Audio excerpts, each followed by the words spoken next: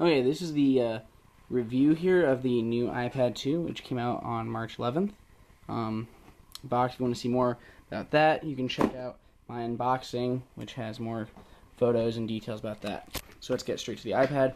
We're not going to do too much about the old stuff, considering that's the same as this here, the old iPad. So we're going to focus mostly on what's new. If you want to see more comparisons between the old iPad and the new iPad, you can check out the unboxing. There's some nice photos. You can see the size difference. Mainly, it's just a little bit narrower and a lot thinner. The bezel around here, which is this the black edge, seems to be a bit smaller. But other than that, pretty much the same. Standard specs that Apple quotes is 33% thinner and up to 15% lighter, depending on your model. So when you get an iPad 2, there are 3 models you can get. You can get the Wi-Fi only model, such as this, which has nothing along the top. And you can get it in either white or black. If you don't get the Wi-Fi only model, you can get this one here. This one is, I believe, yes, as you can see from the SIM card slot, this is the AT&T version. So you can get an AT&T version either in black or white. And then the last one is the Verizon version, which has no SIM card slot. Is right up there, or it would be, and it had one.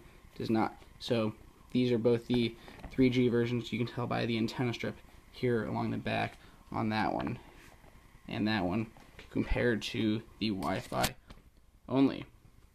Okay, so let's look at these a little bit more.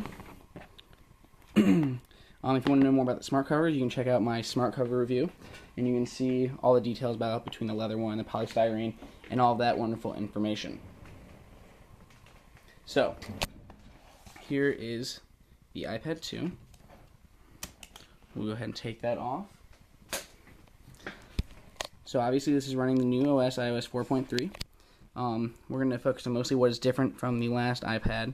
So we're going to have the cameras up here. There's one tiny camera. And this camera on the front is VGA. So standard just VGA quality photo, or video and photos, so nothing great there. And unfortunately, the camera here on the back, which looks to be a little bit nicer, it's a trick because it's not. It's a 720 camera, HD for video. When you get to photos, that actually ends up to being, I think, less than 1 megapixel. So they're not great cameras for photo taking, and Apple's even admitted these were not meant for photos, they were meant for video. And video they do pretty good. The 720 video on them is really not bad for the device. You're not going to be running around taking actual video with this anyway. You're mostly going to do FaceTime and stuff like that. So for that, it works well. Okay, so the new apps on here are going to be stuff like FaceTime. And you can see here, pulls up the camera, and it pulls up your favorite list there on the right, and just a video here. The one thing you might notice is the camera, since it's mounted to the right, you're never really centered. You kind of have to angle it to get yourself actually centered in the actual call. So FaceTime is pretty much similar to the iPad, or the iPhone rather, and the iPod Touch. It's just bigger. Okay, so the next new app we've got going on here is just the standard camera app. And what I can really say, it's pretty incredible to be able to kind of see everything through the lens on the screen. It's just incredible to have a huge screen in front of you displaying something like that. It's pretty neat. Obviously, you can hit the rotate button there and switch the camera backwards. The bars and stuff seem pretty small, but I guess they just really want it on the big screen. Obviously, you can switch between photo and video down there. It still has touch to focus on photos, so nothing too interesting there. Again, it's really similar to both the iPhone and the iPod app. The one thing that is new is going to be FaceTime, or not FaceTime, I'm sorry, photo booth. So you can tap stuff like kaleidoscope, bring this up, and you can actually zoom out and move this around. You can tap the effects button, go back to the effects, swirl, or all these fisheye lenses. So there's a ton, and these are actually all live photo feeds, which is pretty interesting. And they have a ton of effects, just kind of like on the Mac version of this, so it's kind of like a similar version. This seems like a really much more fun version of the Mac app. So it does really well, and obviously you could switch between the two cameras too. You're not limited. There's a switch button right down there. You're not limited to just the VGA camera on this side.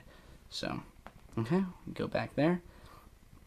So those are the main new apps just for here, but you also have the option of getting the new iMovie and the new GarageBand. iMovie will only run on the iPad 2 and the obviously the iPad and iPod Touch, but not the original iPad.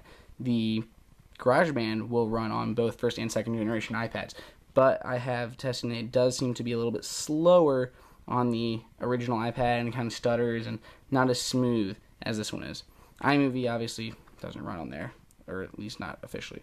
iMovie is, obviously you can tell it's really snappy. I don't have anything on here to kind of show you. I can do a review later though of iMovie, show you, but iMovie and GarageBand, and you can see how much quicker these load compared to the first generation iPad. Okay, so those are the two optional apps you can throw in there if you'd really like. Obviously, we can show you games like Infinity Blade and World of Goo. Anything that has a lot of high frame rates run a lot smoother on the new iPad, just because of the new A5 processor, which is one of the new features. It has 512 megabytes of RAM, which is the same as the iPhone 4, and double, I believe, what is in the current iPad and the last generation iPhone. The battery in here is slightly larger than the last one, but not much at all, and it actually will give you about the same battery life. So you're not going to expect much more. It gets about 10.5 hours, I've noticed, compared to the last iPad, even though it is so thin. Actually, we're going to grab second iPad here too. And one thing to notice about the weight is, even though the new iPads, even though these are lighter, you can't really tell. You can slightly tell by holding them, but there's the main difference when you hold this and then switch to the new ones. So don't be expecting like huge jumps. Okay, if you can see here, it's really hard to tell. The bottom one there is the new one, which is much, much thinner than the top one. That's one of the biggest differences. Also notice the speaker port here, which is on the bottom of the old iPad. If you see the new iPad, it's now rear mounted. It's getting kind of a glare, but there's a tiny little pinhole speaker, all the holes around it instead of the other one, and the whole speaker grill is just like all around back instead of being along the bottom. Well, that's mainly everything that's new here about the iPad 2. You can also see here, if we flip this over, we can line these up. You can see just this side is flush here, and yet the old iPad sticks out. So you can see the new iPad is just a bit thinner. The Apple is also slightly smaller, but other than that, it's similar form factor to kind of like the new iPod Touch. Like the screen is glued in instead of having the pins around it like the old iPad. Well, that's about all we have here. Anything new on these new iPads? If you want to see anything else with the smart covers, or see the unboxing photo and see what else you get here, just go ahead and check out my other videos. If you have any questions, you can throw them up in the comments and I'll get back to you as soon as I can. Thanks, guys.